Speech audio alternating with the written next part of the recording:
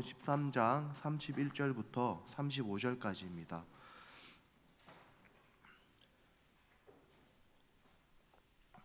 신약 성경 171페이지쯤에 있습니다. 요한복음 13장 31절부터 35절까지입니다. 단절씩 교독하여 읽고 마지막 절을 함께 읽도록 하겠습니다. 그가 나간 후에 예수께서 이르시되 지금 인자가 영광을 받았고 하나님도 인자로 말미암아 영광을 받으셨도다.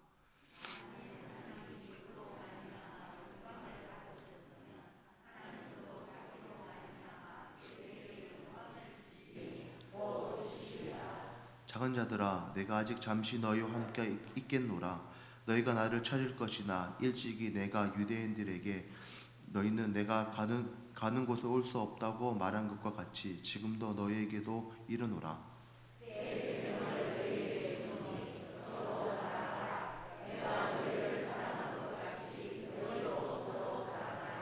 너희 함께 읽겠습니다. 너희가 서로 사랑하면 이로써 모든 사람이 너희가 내 제자인 줄 알리라. 아멘.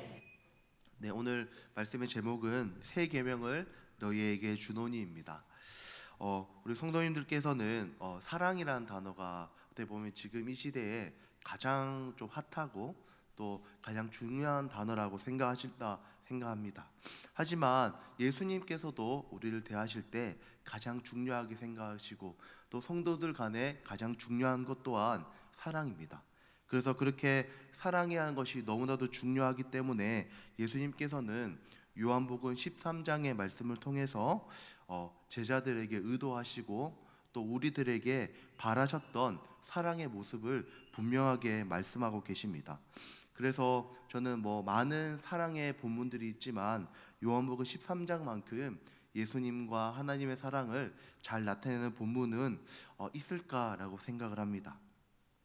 그래서 오늘 말씀을 통해서 하나님께서 우리에게 요구하시는 사랑은 어떠한 것인지, 더 나아가서 단순히 사람들 간의, 지체들 간의 사랑이 아니라 하나님께서 영광 받으시는 사랑과 그 모습이 어떠한 것인지 말씀을 통해 한번 살펴보고자 합니다.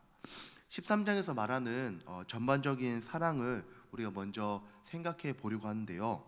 13장에서는 앞서서 말씀드렸지만 하나님의 자녀들이 추구하고 따라야 할 사랑이 무엇인지 말씀해 주십니다. 하나님께서 영광 받으시는 예수님의 모습을 통해서 우리가 먼저 어떤 사랑을 따라야 하는지, 예수님께서 하나님께서 영광 받으셨던 예수님의 사랑을 우리가 한번 살펴보도록 하겠습니다. 우리가 모두 읽지는 않았지만 30절에 예수님께서는 유다에게 사랑의 기회를 주시고 또 그가 마음을 바꿀 수 있도록 수없이 기회를 주셨지만 그가 여전히 어둠으로 나아갔고 또 이제 그자는 예수님을 팔려고, 가룟 유다는 예수님을 팔기 위해서 유대 지도자들을 만나러 나갔습니다. 사실 우리가 읽었던 31절의 말씀은 바로 이런 유다가 예수님을 팔기 위해 나갔을 때 그 이후에 하신 말씀입니다. 그래서 요한복음의 좀 재미있는 특징은 예수님의 죽으심이 가까울수록, 그 예수님의 십자가 사건이 가까워질수록 시간들을 되게 세밀하게 분으로, 시로 나눠서 볼 수 있습니다. 이렇게 천천히 흘러가는 것은 이 이야기 속에 디테일함이 있는데 이 제자들의 모습, 예수님의 모습을 통해서 우리에게 분명히 가르쳐주고 싶은, 우리가 배워야 될 모습이 있기 때문에 그렇습니다. 그래서 우리가 먼저 나눌 내용은 십자가의 고난과 영광입니다. 십자가의 고난, 첫 번째인데요. 십자가의 고난과 영광입니다. 예수님께서 31절에 이렇게 말씀하십니다. 우리 한번 같이 읽도록 하겠습니다. 그가 나간 후에 예수께서 이르시되 지금 인자가 영광을 받았고 하나님도 인자로 말미암아 영광을 받았도다 라고 말씀하십니다. 예수님께서는 유다의 배신으로 인해서 사실 한 12시간이 안 되는 굉장히 짧은 시간에 유대 지도자들에게 잡히고 또 죽임을 당하게 되십니다. 사실 이런 예수님의 모습은 비참해 보일 수도 있고 안타까워 보일 수도 있는 모습입니다. 하지만 예수님께서는 32절에 거듭하여서 그가 말미암아 영광 받으셨다, 그로 말미암아 영광 받으셨다 계속해서 말씀하십니다. 제자들은 이 영광을 받았다는 예수님의 말씀을 아직 완전히 이해하지는 못합니다. 왜 그러냐면 그들은 아직 이 영광이 무엇인지는 모르고, 다른 본문에 보면 나도 영광을 받고 싶습니다 라고 얘기하는 것을 봤을 때 예수님이 말하시는 영광과 제자들이 알고 있는 영광에는 꽤 많은 차이와 간격이 있음을 우리가 알 수 있습니다. 하지만 예수님이 그들이 아직 알지 못하지만 그럼에도 미리 얘기하심은 제자들에게 바라시는 바가 있으신 거죠. 바라시는 바가 있습니다. 하나님께 영광이 되는 것이 무엇인지 그들에게 암시적으로 또 미리 알려주고 싶으셨습니다. 요한복음에서는 제자들의 말들은 크게 나타나진 않습니다.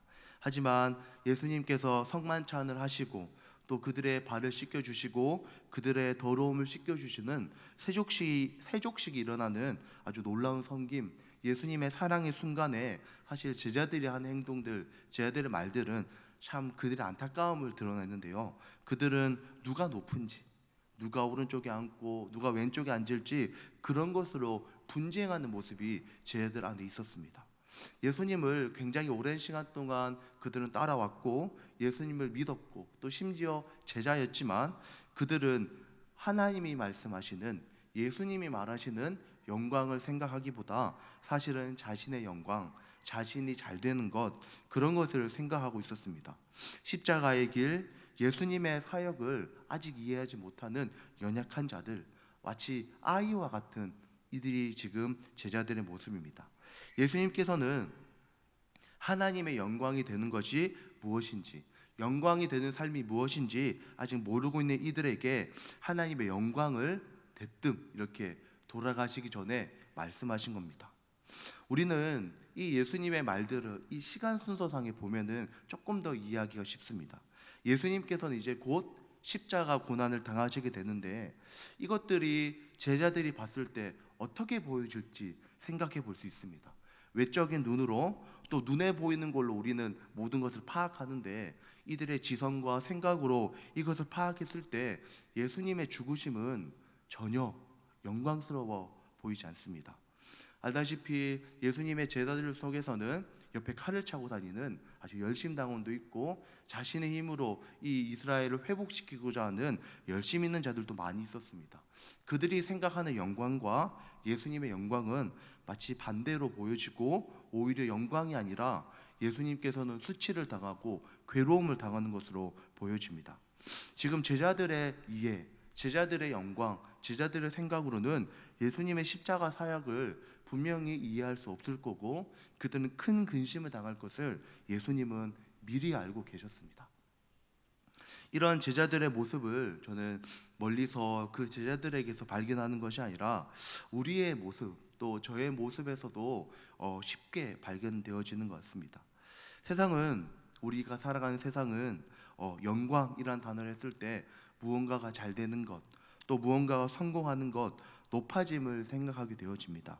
그래서 기독교 신앙의 핵심이자 정수라고 할 수 있는 십자가의 고난과 영광에 대해서는 우리가 많이 잊고 살아갈 때가 많이 있습니다. 이들 지금 예수님께서는 우리들뿐만 아니라 제자들에게 고난을 통해 영광 받으시는 하나님의 일, 하나님의 말씀을 우리에게 주고 계십니다. 예수님께서는 제자들 또한 이 말씀하시는 것은 너희들 또한 이 영광의 길에 같이 동참하길 바란다. 너희들도 이 영광의 길에 들어와야 된다라고 말하고 그 길로 가기를 원하십니다.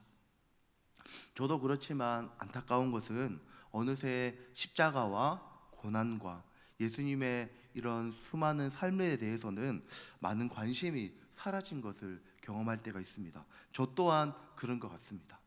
그래서 이 고난에 대해서 잊어버리는 모습, 예수님의 십자가의 고난, 이 십자가 신앙에 대한 모습 잃어버리는 것은 지금만 있었던 것 같지는 않습니다. 이런 것들은 자주자주 잃어버렸던 것 같은데요. 이것을 제가 좀 보니까 십자가 신학이라고 얘기를 하더라고요.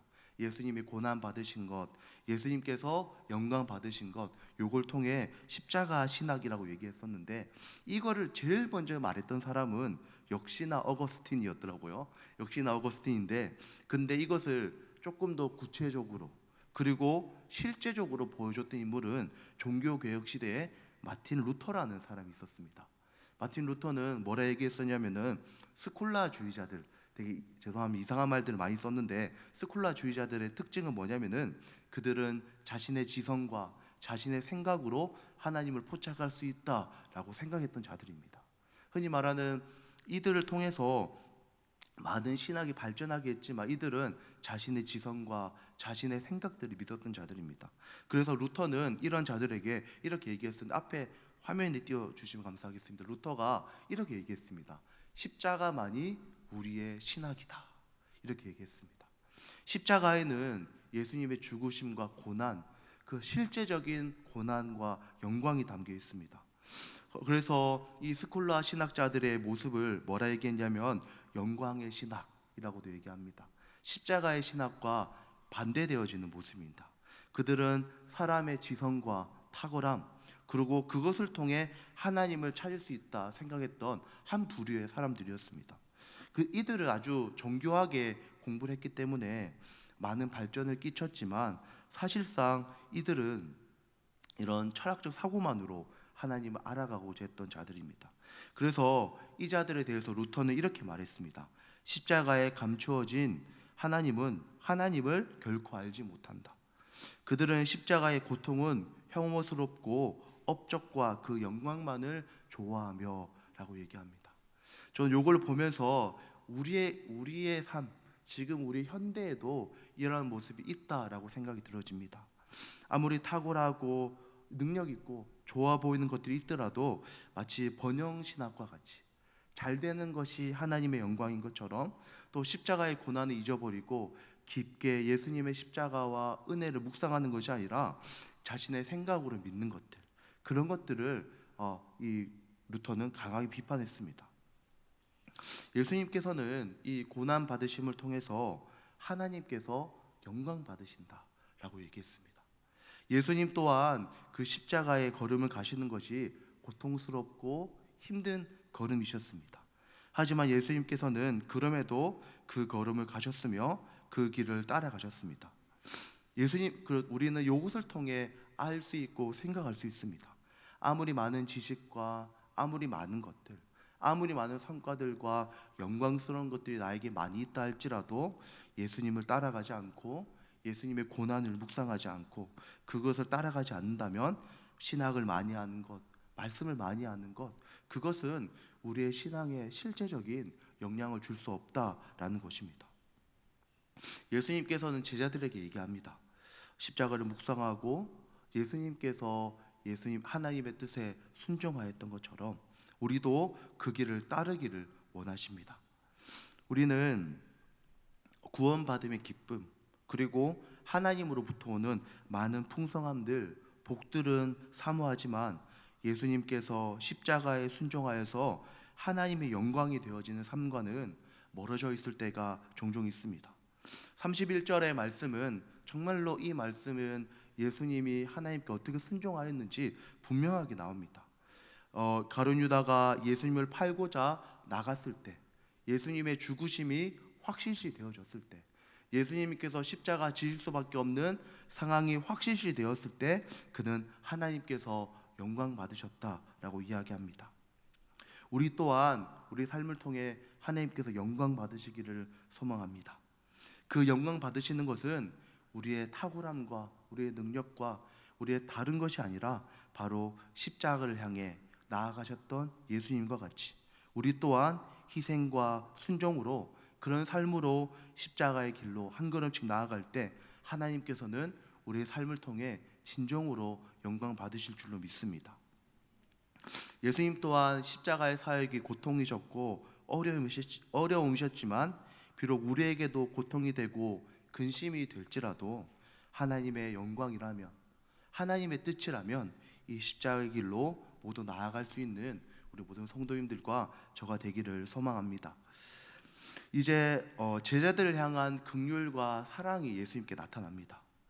지금 앞에서도 얘기 드렸지만 예수님께서는 이 제자들이 모두 다 이 십자가의 길, 예수님을 따르는 길로 가야 한다는 것을 알고 계셨고, 예수님께서는 이들을 긍휼히 여기시며 사랑하시는 것이 바로 33절에 잘 나타납니다. 우리가 함께 읽도록 하겠습니다. 작은 자들아, 내가 아직 잠시 너희와 함께 있겠노라. 너희가 나를 찾을 것이나 일찍이 내가 유대인들에게 너희는 내가 가는 곳에 올 수 없다고 말한 것과 같이 지금 너희에게도 이르노라. 예수님께서는 이제 잠시 떠나갈 것이다 라고 얘기하십니다. 예수님의 죽으심을 얘기하고 있습니다. 우리가 다 알고 있지만 제자들은 어떻게 되는지 다 알고 계시죠. 지금 막 멋진 모습이 있지만 믿음을 잃어버린 자와 같이 되어서 뿔뿔이 흩어지게 되는 것을 우리 성도님들이 다 알고 계십니다. 모든 것을 아시는 예수님께서는 이 작은 자들이라고 불러주신 이들이 결국 어떻게 될지 모두 다 알고 있습니다.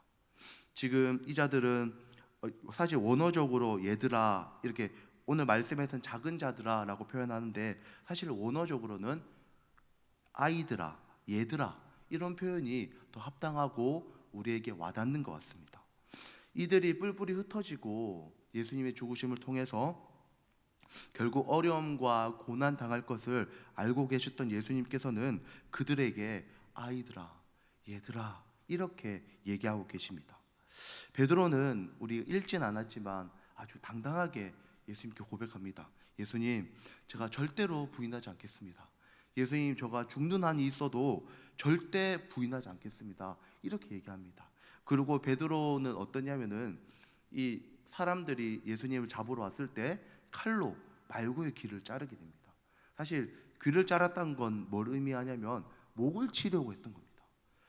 이 베드로는 얼마나 열심히 있었는지 예수님을 따라가고자 했고 예수님을 믿고자 했고 그렇게 열심히 있던 자였습니다. 하지만 결국 베드로는 예수님을 3번이나 확실하게 부인하게 됩니다. 그는 자신의 실존의 비참함, 자신의 비참함을 경험하게 되어집니다. 베드로의 고백이 비록 좌절되었지만 우리가 알고 있지만 우리는 또 알고 있습니다. 베드로의 고백이 그저 거짓되게 외친 말이나 허세 부린 고백은 절대 아니었습니다.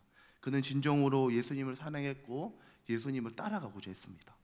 하지만 안타까운 것은 우리가 이 말씀이 12시간이 채 되지 않는다고 얘기했는데 사실 이 6시간, 한 6시간, 10시간 안에 이 베드로의 고백은 완벽하게 무너집니다. 베드로의 고백은 차마 하루가 가지 못하고 그 고백이 무너집니다.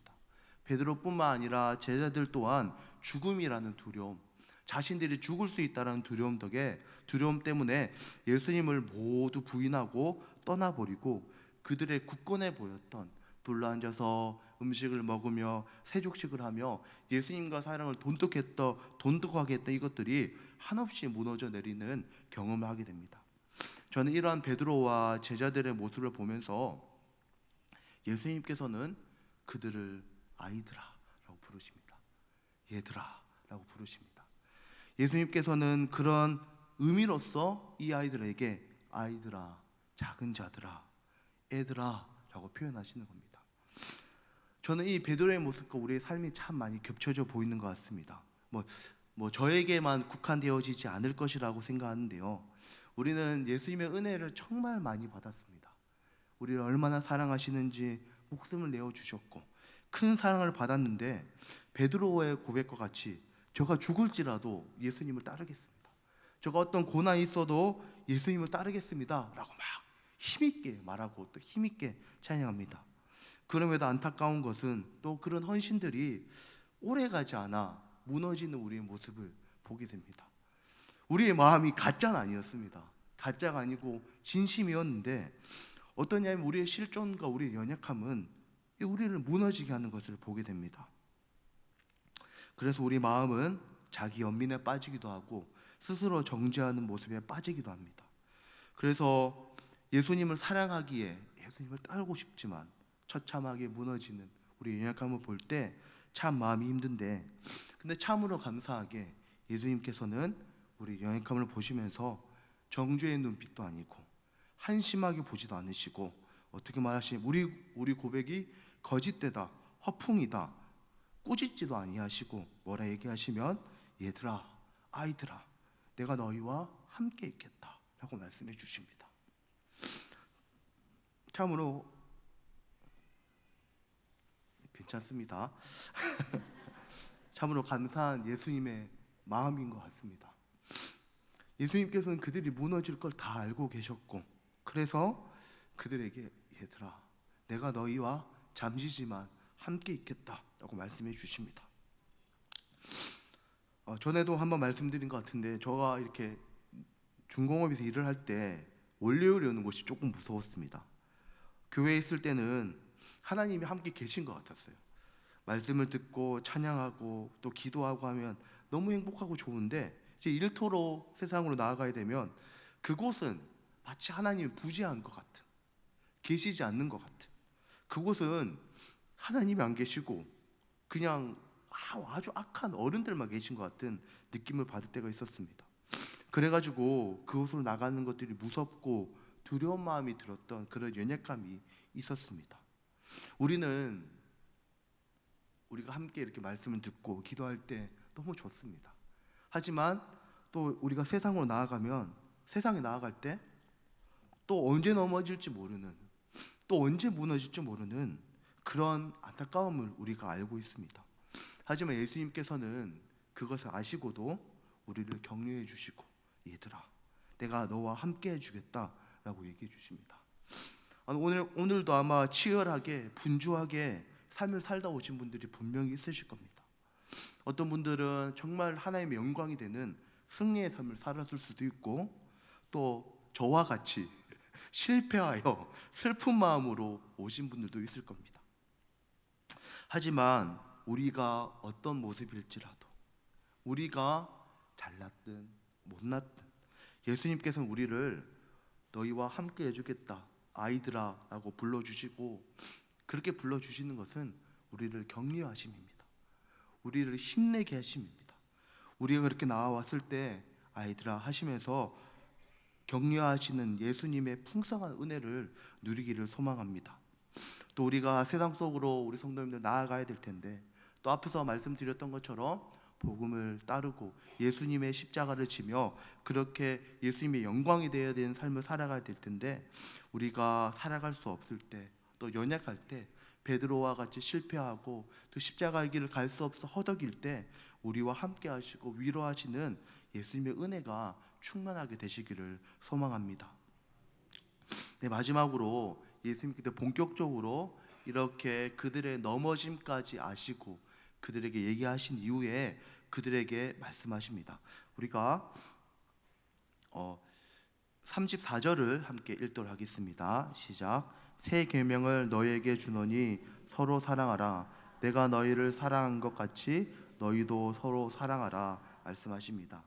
예수님, 곧 제자들은 예수님이 없는 상황, 예수님께서 안 계시는 부재하시는 상황으로 들어가게 되고, 그들의 믿음은 심한 시험을 받게 되어집니다.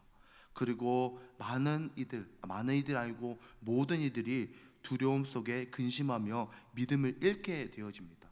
예수님께서 이 맥락 속에서 그들에게 얘기하시는데, 그들에게 아주 중요한 당부, 아주 중요한 말들을 하십니다. 그게 바로 새로운 계명을 주는데, 너희가 서로 사랑해라 라고 얘기하시는 겁니다. 사실 이 서로 사랑해라는 말씀은 새로운 계명이 아닌 것을 우리가 다 알고 있습니다. 예수님께서는 이미 율법을 통해 서로 사랑하라 얘기하셨고 많은 것들을 얘기하셨는데, 또한 이 예수님께서 산상수훈과 말들을 통해 이것들에 대해서는 쟤네들 또한 익숙한 말씀입니다. 그럼에도 예수님께서 그들에게 새 계명이라 라고 말씀하신 것은, 그들이 마치 이 새 계명의 뜻은 이것이 마치 오늘 주어진 것처럼, 마치 오늘 알게 된 것처럼 까먹지 말고 새롭게 지켜라 라는 의미로서 새 계명이다 라고 예수님이 말씀해 주시는 겁니다. 그들이 모르는 내용들이 아니고 그들이 알지 못하는 것이 아니지만, 예수님께서는 얘들아, 너희가 오늘 받은 것처럼, 오늘 말씀처럼 꼭 지켜라 라고 말씀하십니다. 오늘 읽은 새 계명에서는 분명하게 서로 사랑하라 라고 얘기하십니다. 근데 요한복음 13장에서 서로 사랑하라는 본문은 사실 굉장히 좀 독특한 범위성을 가지고 있습니다. 예수님께서 사실 다른 복음서에서 사랑해란 말을 산상수훈에서 말씀하셨습니다. 그 사랑의 명령과 오늘 요한복음에서는 조금 다른 부분들이 있습니다. 13장에서는 제자들에게 사랑하라 하시는데 그 폭이 누구에게 국한되냐면은 자기 제자들, 자기와 함께하는 교회와 공동체에 국한되어 있습니다.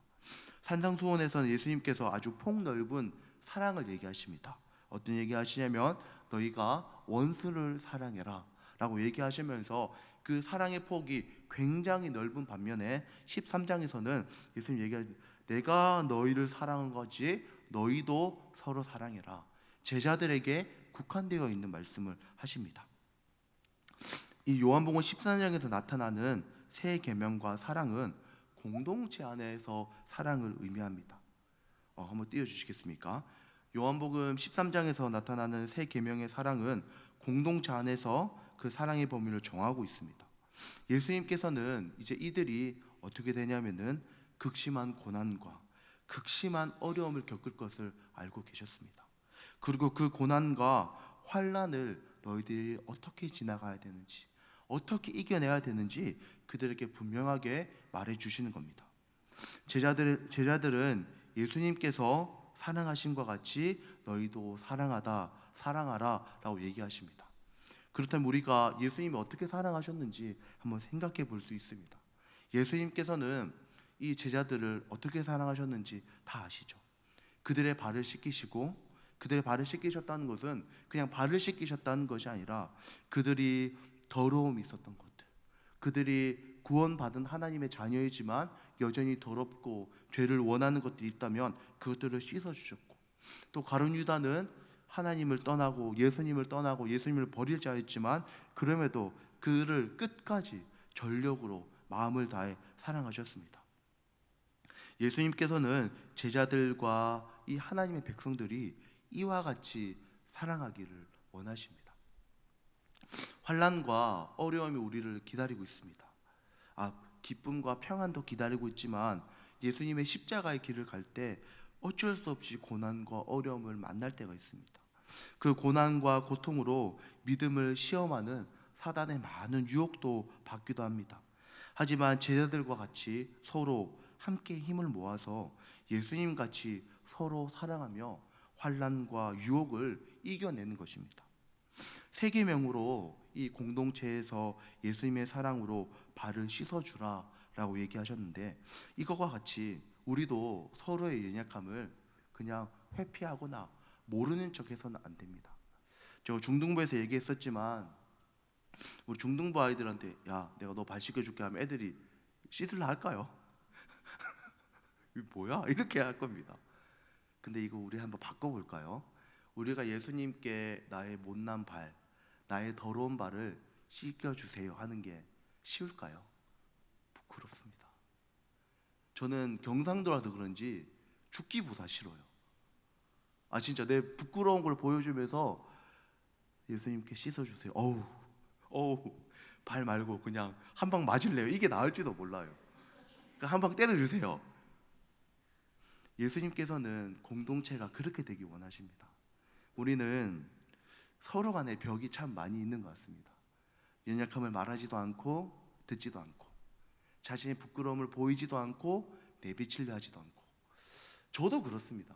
저도 늘 좀 잘하고 싶은 마음이 많은데 잘 안 되죠.